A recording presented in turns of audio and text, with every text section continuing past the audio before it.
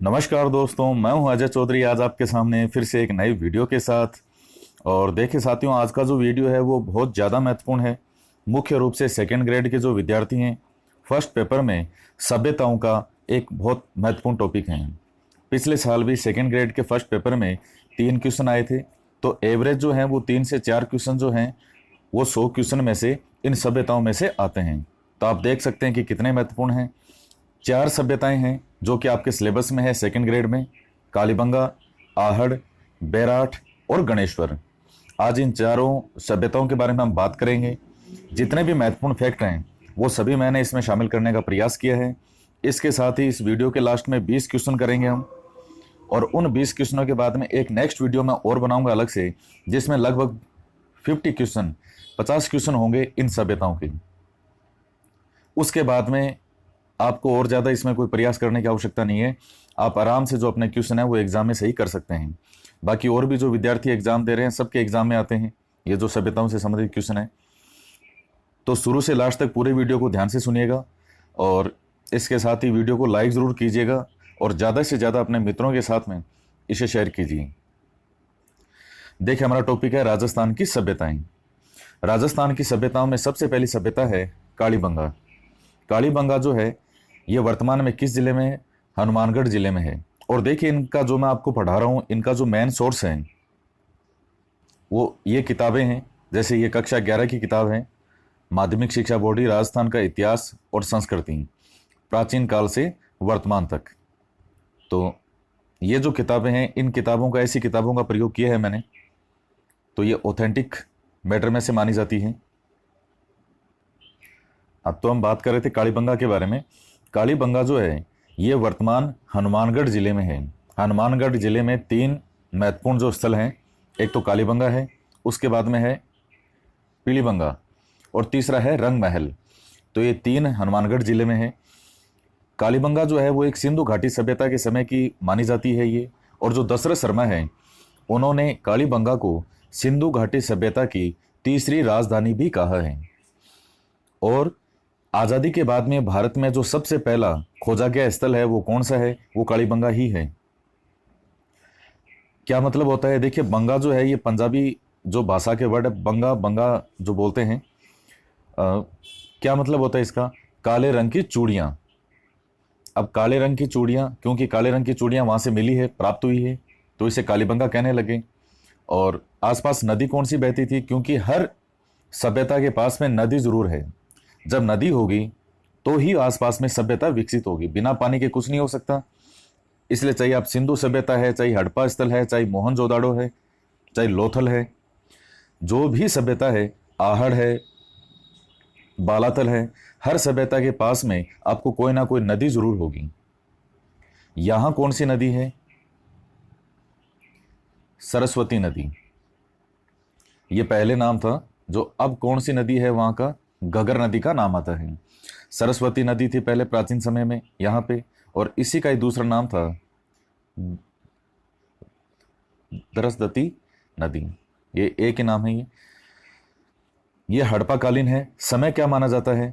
देखिए, जो carbon dating है उसके अनुसार जो समय निकाला गया है वो इसका सभ्यता का समय निकाला गया है 2350 ईसा पूर्व से 1750 ईसा पूर्व।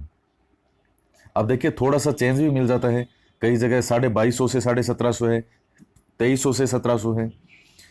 लेकिन जो एक एवरेज समय निकाला गया है, जो बुक्स मैंने आपको बताई है ऊपर, उन बुक्स के आधार पर जो माना गया है 2350 ईसा पूर्व से 1750 ईसा पूर्व। अब बात करते हैं सबसे पहले खोजकर्ता किसने की, यहाँ किसने खोजा इसको? तो अमलानंद घोष हैं। शॉर्ट नेम AN घोष भी लिखा सकते हैं एग्जाम में।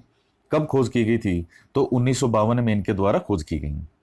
उत्खनन कार्य 61 से 69 तक ये कंटिन्यू काम चला है इतने साल। BV लाल और BK थापर। BV ब्रजवासी लाल और BK का है बालकृष्ण थापर।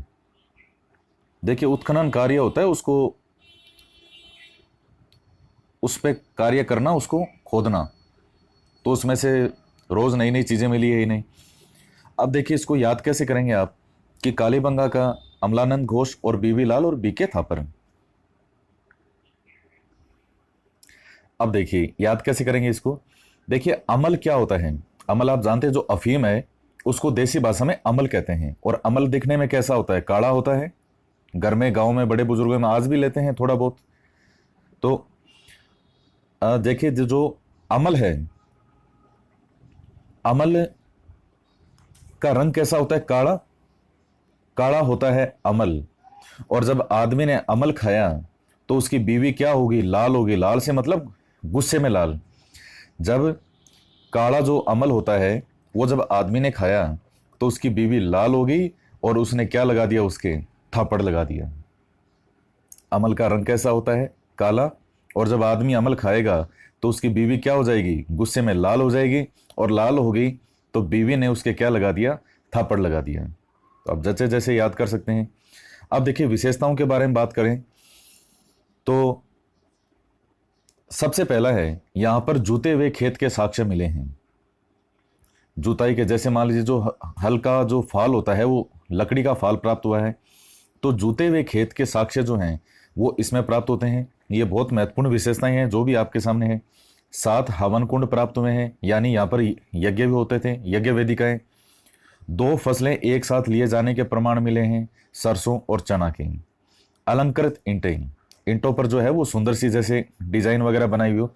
एकमात्र ऐसा स्थान है जहां से अलंकृत ईंटें प्राप्त हुई है।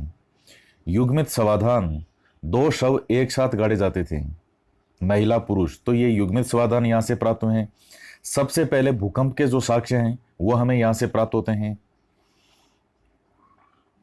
अब देखिए नाली जो है वो लकड़ी के नाली के साक्ष्य भी प्राप्त हुए हैं, कि लकड़ी की भी नाली होती थी। जैसे मान लीजिए कोई पेड़ का तना है, उस तने को बीच में से ये कर देते थे खोखला और उसे नाली के रूप में प्रयोग करते थे। या जो ये ईंटें हैं कच्ची ईंटों की, इनकी भी नालियां प्राप्त हुई है। मेसोपोटामिया की बेलनाकार जो मोहर है वो भी यहाँ से मिली है। इसका मतलब मेसोपोटामिया वगैरह से इनका व्यापार वगैरह होता था। दशरथ शर्मा ने कालीबंगा को सिंधु घाटी सभ्यता या हड़प्पा की तीसरी राजधानी कहा है। देखिए जो इंडियन हिस्ट्री में सिंधु घाटी सभ्यता है उसका वीडियो हम बहुत पहले ही बना चुके हैं, 2 वीडियो बनाए हैं, वो आप देख लीजिएगा। उसमें और भी बेसिक सी चीज़ें हैं वो आपकी क्लियर हो जाएगी। सिंधु घाटी सभ्यता जो है वो सिंधु नदी के किनारे विकसित हुई, इसलिए उसे सिंधु घाटी सभ्यता कहते हैं। और सबसे पहले जो स्थल खोजा गया था वो था हड़प्पा, इसलिए उसको हड़प्पा सभ्यता भी कह देते हैं। सड़कें जो है यहाँ कैसी है, समानांतर सड़कें हैं, एक दूसरे को समकोण पर काटती हुई। कैसा समाज था, मात्र सत्तात्मक समाज है। तो मात्र समाज, जो सत्तात्मक समाज का मतलब ये नहीं होता कि घर में माँ की चलती है, बस जो माँ कहेगी वही फाइनल हो। ये मात्र सत्तात्मक का मतलब ये नहीं होता है। जैसे आज के टाइम में समाज है पितृ सत्तात्मक, यानी हमारा जो नाम कुल जो जाना जाता है वो पिता के नाम से जाना जाता है। हमारे नाम के आगे जो सरनेम लगता है वो किसका लगता है, हमारे पिताजी का नाम। बेटी भी किसी के घर बहू बन के जाती है तो वहां आगे नाम किसका चेंज हो जाता है, जो अगले का जो परिवार है पति का, उनका नाम हो जाता है। तो मतलब पिता के नाम का प्रयोग किया जाता है, उसे कहते हैं पितृसत्तात्मक। और मातृसत्तात्मक का मतलब है कि माता का नाम, उनका कुल गोत्र सब कुछ माता के नाम से जाना जाता था, उसे कहते थे मातृसत्तात्मक परिवार। कई बच्चे ये समझ लेते हैं कि जिस घर में माँ की चलती है वो मातृसत्तात्मक होता है और जहाँ पर सिर्फ पिताजी की चलती है वो पितृसत्तात्मक परिवार होता है। ये यहाँ वो चलने वाला सिस्टम नहीं, कुल गोत्र का नाम जिससे जाना जाता है उससे मतलब है। यहाँ सुरक्षात्मक दीवार बनी हुई है चारों ओर इसके। 180 मीटर की दीवार तो है इस तरह से, राइट टू लेफ्ट, पूर्व से पश्चिम, और उत्तर से दक्षिण की ओर जो है वो 250 मीटर लंबी दीवार है सुरक्षा के लिए। और दीवार भी कैसी, दोहरी, डबल। बीच में ये थी कालीबंगा सभ्यता। ज़्यादा बड़ी सभ्यता नहीं है, छोटी कच्ची जो ईंटों हैं उसके मकान यहाँ से प्राप्त हुए हैं। और इसे सिंधु घाटी सभ्यता की दीनहीन या गरीब बस्ती माना जाता है। तो ये इसके सभी महत्वपूर्ण फैक्ट है, हालांकि इसमें कई और भी होते हैं, जैसे इसकी कितने स्तर पर खुदाई हुई, आधे ऐतिहासिक काल के हैं। लेकिन जो जो सभी महत्वपूर्ण फैक्ट हैं वो सभी आपके सामने मैंने रख दिए हैं, तो आप इसे देख लीजिएगा। उसके बाद में देखिए हम पढ़ते हैं आहड़ के बारे में। आहड़ कहाँ से मिला है, ये स्थान है कहाँ पे? सबसे पहला तो यही है, ये उदयपुर के अंदर है। और जो बनास नदी है तो इसलिए इसके पास में बनास संस्कृति भी कहा जाता है, बेडस नदी भी कहते हैं, बेडस नदी बहती है। और उसके बाद में देखिएगा, अब देखिए इसे क्या क्या कहते थे?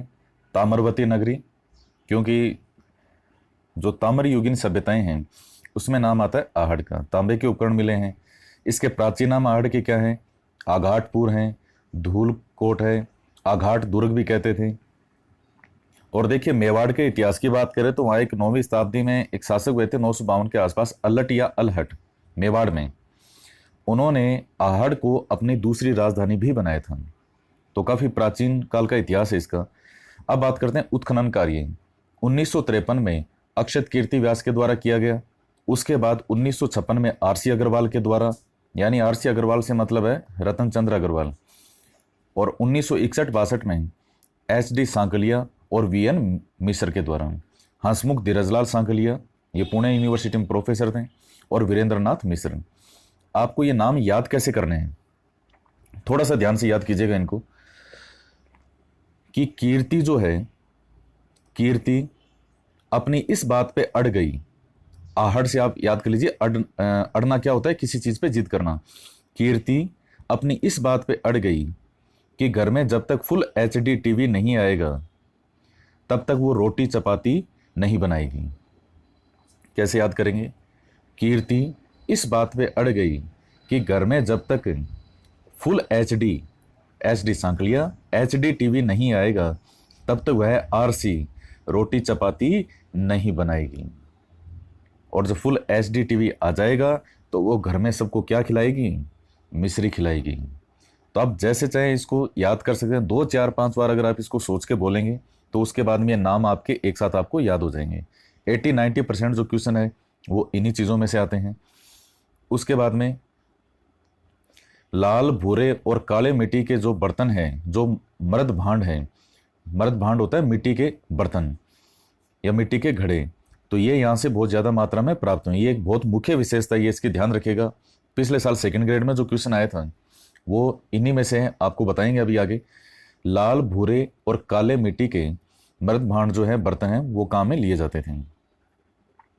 इसके बाद में है अनाज रखने के मर्द भांड है, वो यहाँ से प्राप्त हुए हैं, जिन्हें स्थानीय भाषा में कहते थे गोरे या काठे, कोठे, कोठ, ये सब एक ही नाम है। और 8 बार यहाँ की बस्तियों के बनने के और उजड़ने के प्रमाण मिले हैं। जब इसकी खुदाई की गई तो पता चला कि 8 बार ये बस्तियां यहाँ पे बसी और 8 बार ये बस्तियां उजड़ी।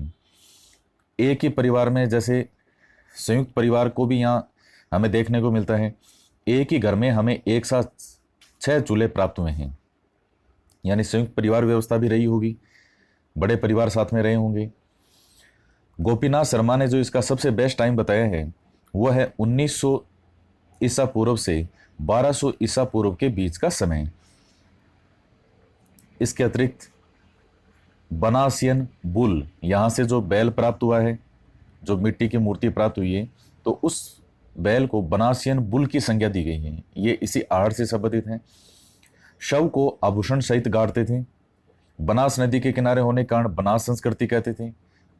कृषि करते थे, ये इनका मुख्य व्यवसाय था, कृषि वगैरह।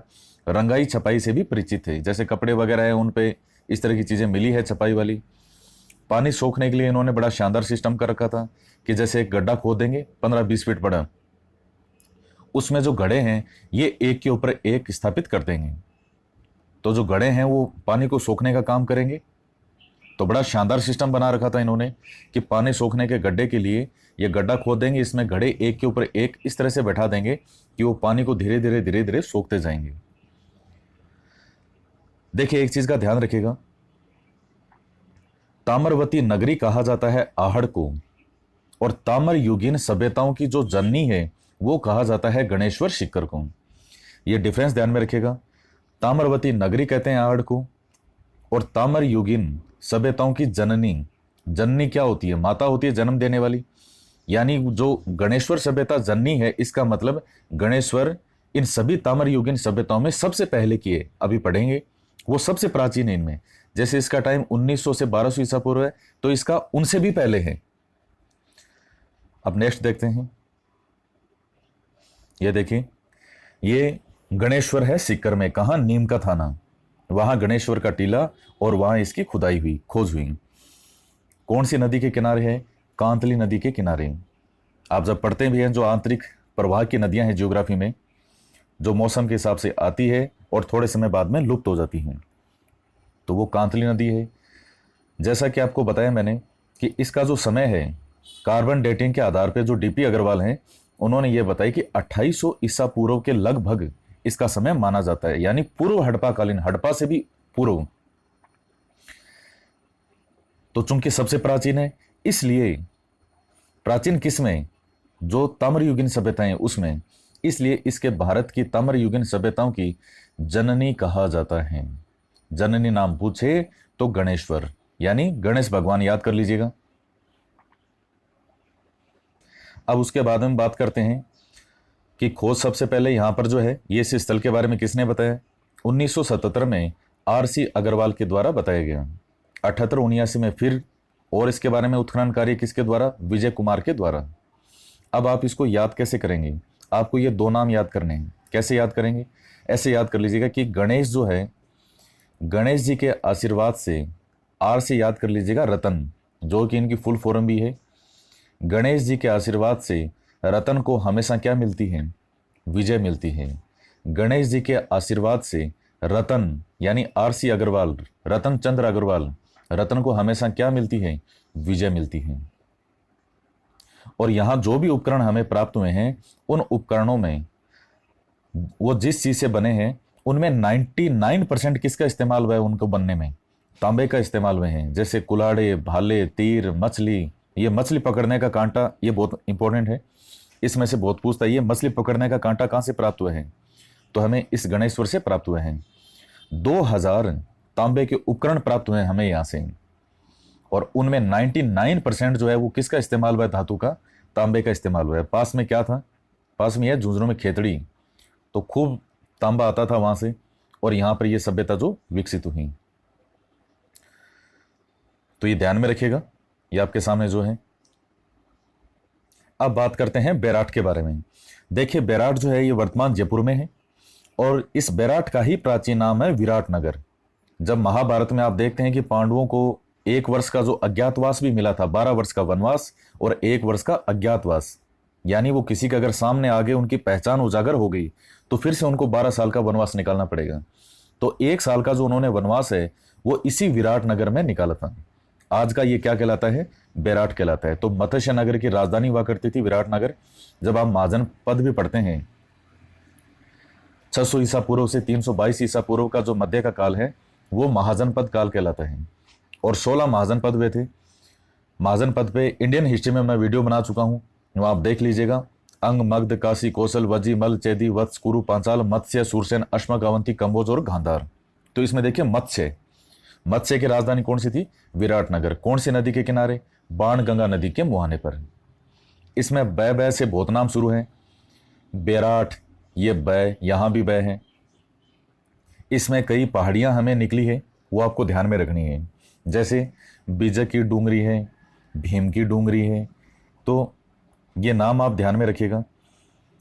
देखिए, सबसे पहले यहां पर जो खोज है वो किसके द्वारा की गई?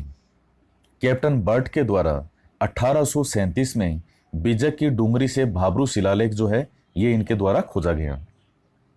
अब थोड़ा सा ध्यान देने वाली बात यह है कि अगर कैप्टन बर्ट उसमें नाम ही नहीं हो तब आप क्या करेंगे? जैसे पिछले साल ही 2nd ग्रेड का क्वेश्चन आया, पिछले साल ही, जस्ट पिछले साल फर्स्ट पेपर में क्वेश्चन क्या है कि बैराट सभ्यता पर सबसे पहले उत्खनन कार्य किसने किया? तो उस क्वेश्चन में उन्होंने ना तो कैप्टन बर्ट का नाम दिया और ना ही ये जो है कार्लाइल, ना ही इनका नाम दिया।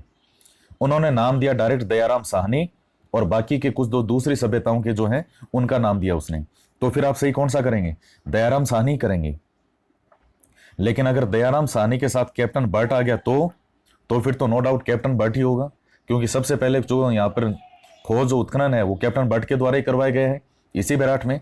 कोई डाउट नहीं है इसमें, बिल्कुल सही है, आप कोई डाउट ना रखें बिल्कुल भी। अगर कैप्टन बर्ट का नाम ही नहीं है और दयाराम साहनी नाम है तो नो डाउट फिर तो यही करेंगे हम। क्वेश्चन किस हिसाब से पूछता है उस पर डिपेंड करता है कि हमारा आंसर क्या होगा। तो इन्होंने भाब्रू शिलालेख की खोज की थी। ये बहुत महत्वपूर्ण शिलालेख है और ये अशोक के समय का, जो हमें मौर्यकालीन है, ये बहुत ज्यादा अवशेष मिलते हैं मौर्य काल के समय के। मौर्य काल के अवशेष, बौद्ध जो हैं बौद्धों के अवशेष, बौद्धों के बारे में जानकारी, उनके मठ, ये सब हमें यहां से प्राप्त होते हैं। ये भाब्रू शिलालेख के अंदर ही अशोक ये कहता है कि मैं अशोक, मगध का राजा। जब मौर्य साम्राज्य का वीडियो बनाया था उसमें मैंने आपको बताया भी था कि एकमात्र भाब्रू शिलालेख है अशोक के शिलालेखों में जिसमें अशोक खुद ये कहता है कि मैं अशोक यानी मगध का राजा। ये जो टर्म यूज करता है कि मैं मगध का राजा हूं, ये इसी भाब्रू शिलालेख के अंदर प्रयोग करता है वो। ये वर्तमान में कहां रखा हुआ है? कोलकाता संग्रहालय में रखा हुआ है। उसके बाद में 1871-72 में जो कार्लाइल है, इन्होंने, यही है भीम की डूंगरी, तो यहां भीम की डूंगरी से अशोक का उसी का जो समय का है, मौर्यों के समय का दूसरा शिलालेख जो है वो इसने प्राप्त किया। तो ये कई डूंगरियां हैं, डूंगरी से मतलब पहाड़ी, जैसे बीजक की पहाड़ी, भीम जी की डूंगरी, महादेव जी की डूंगरी। तो ये नाम थोड़े से आप ध्यान में रखिएगा। ये सब बैराट सभ्यता से संबंधित हैं। 1936-37 में दयाराम साहनी के द्वारा इनकी खोज की गई, उत्खनन कार्य करवाया गया। 1962-63 में नील रतन बनर्जी और कैलाश नाथ दीक्षित के द्वारा यहां पर उत्खनन कार्य करवाया गया। अब देखिए, इनको याद करने की एक शॉर्ट ट्रिक है। वैसे तो इनमें बहुत इजी सा है, क्यों? क्योंकि इसमें भी बै है, बैराट, ये भी बर्ड है। तो आप ऐसे याद कर सकते हैं कि बैराट में बर्ड, बैराट में कौन पाया जाता है? बर्ड है तो टै, आप बर्ड याद रख लीजिएगा, पक्षी। बैराट में कौन पाया जाता है? बर्ड पाया जाता है। सबसे पहले बर्ड है, फिर ये कालाइल है। अब कालाइल भी आपको याद रह जाएगा क्योंकि ये बीच में है बर्ड के और दयाराम साहनी के बीच में है कार्लाइल। अब ये दयाराम साहनी और ये कैसे याद करेंगे आगे कि सबसे ज्यादा दयालु कौन होता है इस दुनिया में? तीन भगवान जो हमारे प्राचीन समय माने गए हैं, ब्रह्मा जी, विष्णु और महेश यानी शिव जी। सबसे दयालु कौन माने जाते हैं? भोले भंडारी, शिव माने जाते हैं। तो हम क्या कहते हैं किसी को कि तन बेरो है कि, जैसे मारवाड़ी में बोलते हैं ना कि किसी को पता है क्या, कि तन पतो है कि, तो कैसे बोलते हैं? तन बेरो है कि सबसे ज्यादा दयालु कौन है? नीले कैलाश जी। नीले कैलाश जी, दोनों ही नामों में कौन है? नीलकंठ। कौन? महादेव। तन बेरो है, कहीं बेरो है भाई, कि सबसे ज्यादा दयालु कौन है? दयाराम साहनी। कौन? नीले कैलाश जी, नील रतन बनर्जी और कैलाशनाथ दीक्षित। ये इनका सीरीज है, कर्म ध्यान में रखिएगा। और बर्ट के और दयाराम साहनी के बीच में कार्लाइल और है, ये थोड़ा बहुत पढ़ेंगे तो याद रह जाएगा आपको। अब बात करते हैं विशेषताओं के बारे में। कई विशेषताएं हैं। आप जानते हैं कि यहाँ पे जो अरावली पर्वतमाला भी निकलती है, तो आसपास पत्थर होने के बावजूद भी यहाँ पर ईंटों का प्रयोग सबसे ज्यादा किया गया है। ये बड़ी विचित्र और बात है। भीमसेन की डूंगरी है यहाँ पे। कहते हैं कि महाभारत काल में जब महारानी द्रौपदी को प्यास लगी तो भीमसेन ने लात मारी उस पे, किस पे? पहाड़ी पे, जिसे भीमसेन की डूंगरी के नाम से हम जानते हैं, और इसमें से पानी निकल पड़ा। यहां से हमें सूती कपड़े में 36 मुद्राएं प्राप्त हुई है, जिसमें 8 पंचमारक चांदी के सिक्के हैं, चांदी की मुद्राएं हैं। पंचमारक क्या होता है? 5 मार्क, एक सिक्के पे 5 अलग अलग प्रकार के, जैसे अलग अलग स्टाइल में अलग अलग तरीके से मार्क होते हैं, उसको पंचमार्क का सिक्का कहते हैं। उसके पश्चात, और इसमें से 28 जो है वो इंडो ग्रीक, यानी जो ये यूनानी है, यूनानियों के समय की, इंडो ग्रीक तथा यूनानी शासकों की है। जो यूनानी शासक, तो इसमें शासक का नाम आता है मिनेंडर या मिनाइंडर, तो उसकी भी हमें मिली है यहाँ से, वो भी आपको ध्यान में रखनी है। अलंकृत घड़े प्राप्त हुए हैं, स्वास्तिक, और उन पर स्वास्तिक और त्रिरत्न के चिन्ह मिले हैं। बुद्धम और संघ, त्रिरत्न से मतलब बौद्धों से है, बुद्धम और संघ। काले चमकीले जो मरद भांड है वो हमें यहां से प्राप्त हुए हैं। 1999 के अंदर जो बीजक की पहाड़ी है यहाँ पर, उसमें और हमें चीजें प्राप्त हुई। अशोक के समय के बौद्ध मंदिर प्राप्त हुए, गोल बौद्ध मंदिर, स्तूप प्राप्त हुए हैं, मठ प्राप्त हुए हैं। ये जो रहने के स्थान है इनके मठ, ये किससे संबंधित हैं? हीनयान शाखा से संबंधित हैं। हीनयान शाखा कौन सी थी? देखिए, बौद्धों की 2 शाखाएं थी, हीनयान और महायान। हीनयान जो है वो पर्टिकुलर जो लोग महात्मा बुद्ध को फॉलो करते थे। महात्मा बुद्ध के पास जब कोई व्यक्ति जाता था कि प्रभु मेरा कुछ कल्याण करो, तो महात्मा बुद्ध उसको कहते थे आत्मदीपो भवय। आत्मदीपो भवय इसका मतलब है अपनी आत्मा के दीप स्वयं बनो। तो हीनयान वाले ये मानते थे कि केवल अपना ही करो कल्याण, वही पर्याप्त है। महायान वाले कहते थे कि अपने साथ साथ जो दूसरे लोग हैं उनका भी कल्याण करो। महायान, महायान का मतलब होता है गाड़ी, यानी बड़ी गाड़ी। हीनयान का मतलब छोटी गाड़ी, यानी केवल अपना कल्याण। तो इनका यह मतलब है। यहां से स्वर्ण मंजूषा का एक कलश प्राप्त हुआ है, जिसमें महात्मा बुद्ध की जो अस्थियों के अवशेष जो हैं वो यहाँ से प्राप्त होते हैं। और ये सब मौर्यकालीन, जो मौर्यों के समय की चीजें हैं सारी। इसके बाद में जो गोपीनाथ शर्माजी हैं और कई इतिहासकार ये कहते हैं कि जो हुण था आक्रांता मिहिर कुल, इसने बैराट को नष्ट कर दिया। और जब इसको नष्ट किया जा रहा था तो बोधों ने क्या किया, जो ये शंख लिपि होती है, शंख के आकार की, जैसा शंख होता है देखने में, उस प्रकार की लिपि यहां उन्होंने प्रयोग की ताकि किसी को समझ ना आए। और वो वास्तव में आज तक ही नहीं समझ आई हुई। उन्होंने उस समय तो बनाई थी कि इन होनास का जो मिहिर कुल का आक्रमण होता है, तो उन्होंने अपने लिए की अपनी कोई लिपि बनाई, और वो लिपि शंख आकार की थी, इसलिए हम उसे शंख लिपि कहते हैं। और चूंकि किसी के समझ में नहीं है, इसलिए उसको रहस्यमय लिपि भी कहते हैं। और वो वास्तव में आज तक भी किसी के समझ में नहीं आई है, आज भी नहीं पढ़ी गई है। ये देखिए, रहस्यमय लिपि प्राप्त हुई जिसे शंख लिपि कहा जाता है। और अकबर, जहांगीर, शाहजहां के समय की यहाँ सिक्के ढालने की टकसाल भी हुआ करती थी। तो टकसाल भी प्राप्त हुई है यहाँ से। 634 ईस्वी में जो हैनसांग है, जो शासक हर्षवर्धन के समय यहाँ आया था, तो वो भी बैराट पर आया था। ये भी आप ध्यान में रखिएगा। इसकी किताब थी एक सी यू की, बड़ी प्यारी सी किताब है, सी यू की। और इसी हैनसांग को तीर्थ यात्रियों का राजकुमार भी कहते थे। कब आया था? 634 ईस्वी में हैनसांग जो है ये बैराट आया था, और इसने यहाँ बौद्ध मठों की संख्या बताई थी 8। तो देखिए, ये 4 जो हमने पढ़ी आज सभ्यताएं, इन चारों सभ्यताओं में सेकंड ग्रेड के फर्स्ट पेपर में ये 4 सभ्यताएं हैं। इसके अलावा बहुत हल्की फुल्की सभ्यताएं, ये मेन सभ्यताएं बड़ी यही है 4। इसके अलावा 1-1, 2-2 लाइन की सभ्यताएं और हैं, वो आप देख लीजिएगा, नहीं तो कभी आगे बना भी देंगे। सेकंड ग्रेड के लिए तो ये सफिशिएंट है, यही है। सेकंड ग्रेड में तो ये 4 हैं, इन 4 के अलावा वो सेकंड ग्रेड में नहीं पूछेगा। तो सभी महत्वपूर्ण फैक्ट हमने रखे हैं, और अब हम 20 महत्वपूर्ण क्वेश्चन करेंगे। नेक्स्ट वीडियो में लगभग 50 जो हैं वो सभ्यताओं के क्वेश्चन आएंगे। उसके बाद में आपकी सभ्यताओं से संबंधित जो सेकंड ग्रेड के विद्यार्थी हैं उनका ये टॉपिक क्लियर हो जाएगा। 20 में से कितने क्वेश्चन आपको आते हैं ये जरूर बताइएगा। अब देखते हैं क्वेश्चन।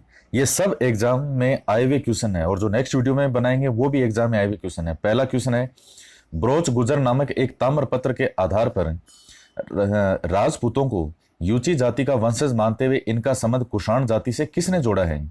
ये पटवार 2015 में आया हुआ क्वेश्चन है, और देखिए कितना शानदार जबरदस्त क्वेश्चन पूछा है इसने। ये राजपूतों की उत्पत्ति से संबंधित जो मत है उनका एक क्वेश्चन है। तो इसका राइट आंसर होगा 3rd, कर्निंघम। महिला पर्यवेक्षक में 3 क्वेश्चन आए हुए हैं, ये जो लास्ट ईयर के एग्जाम हुए हैं। राजपूतों को हुणों की संतान किसने बताया है कि ये हुणों की संतान है? तो वो है V.S. स्मिथ ने। भीम डोंगरी, गणेश डोंगरी राजस्थान की किस सभ्यता से संबंधित हैं? तो हमने अभी ऊपर चर्चा की है। कौन सी सभ्यता से संबंधित है? बैराट सभ्यता से।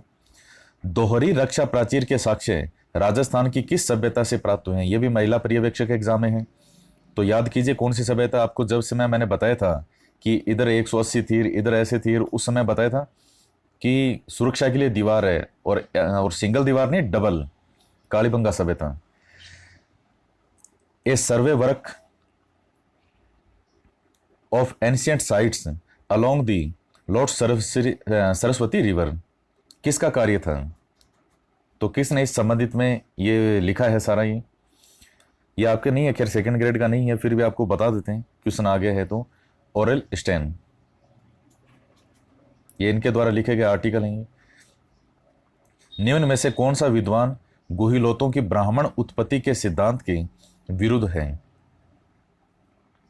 तो इसका सही आंसर होगा G.H. ओझा। देखिए ये सेकंड ग्रेड का नहीं है।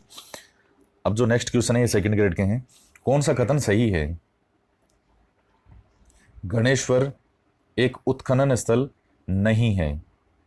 बेराट एक ग्राम्य संस्कृति केंद्र था। कालीबंगा लोहा युग संस्कृति का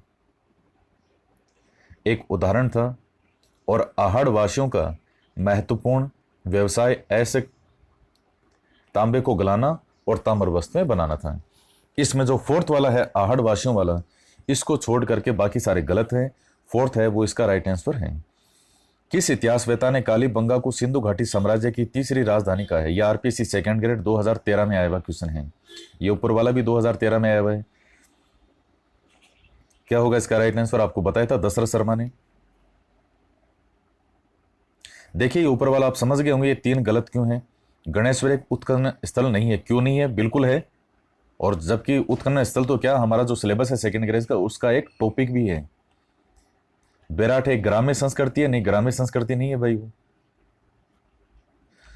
नगरीय मानते थे। कालीबंगा लोहा युगीन, कहां लोहा कहां आ गया? कालीबंगा के समय तो लोहा का आसपास ही नाम नहीं है उसका। लोहे की जो खोज वगैरह होती है वो 1000 ईसा पूर्व के आसपास लोहा जो है वो खोजा जाता है।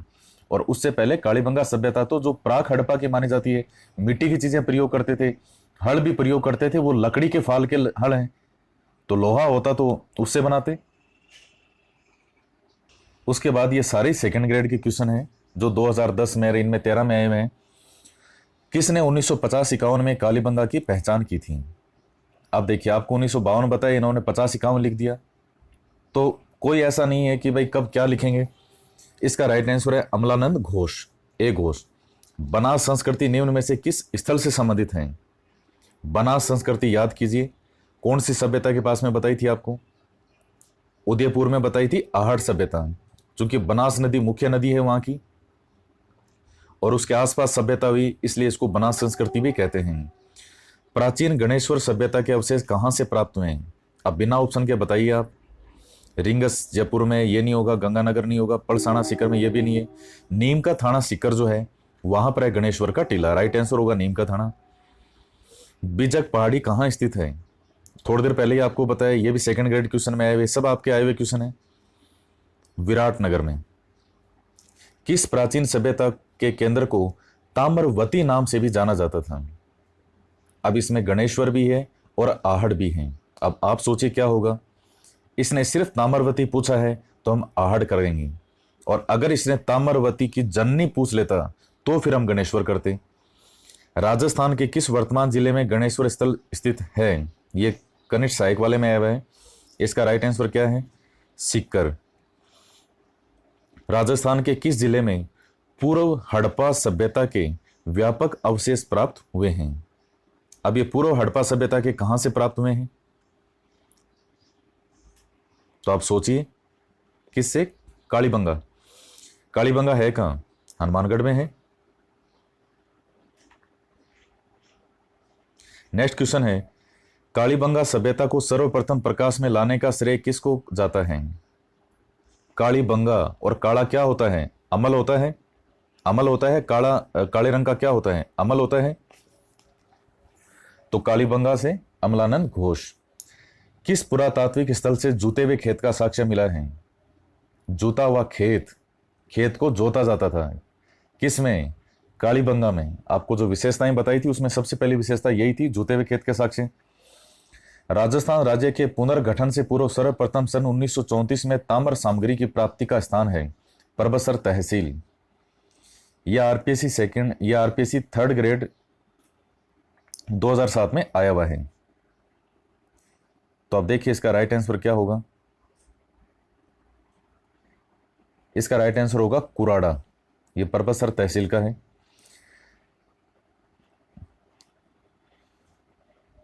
राजस्थान में बौद्ध संस्कृति के अवशेष कहां से मिले हैं? गोसुंडा, ओसिया, नागदा और बेराट। बौद्ध संस्कृति का नाम आती क्या ठिकाना है आपको? बेराट।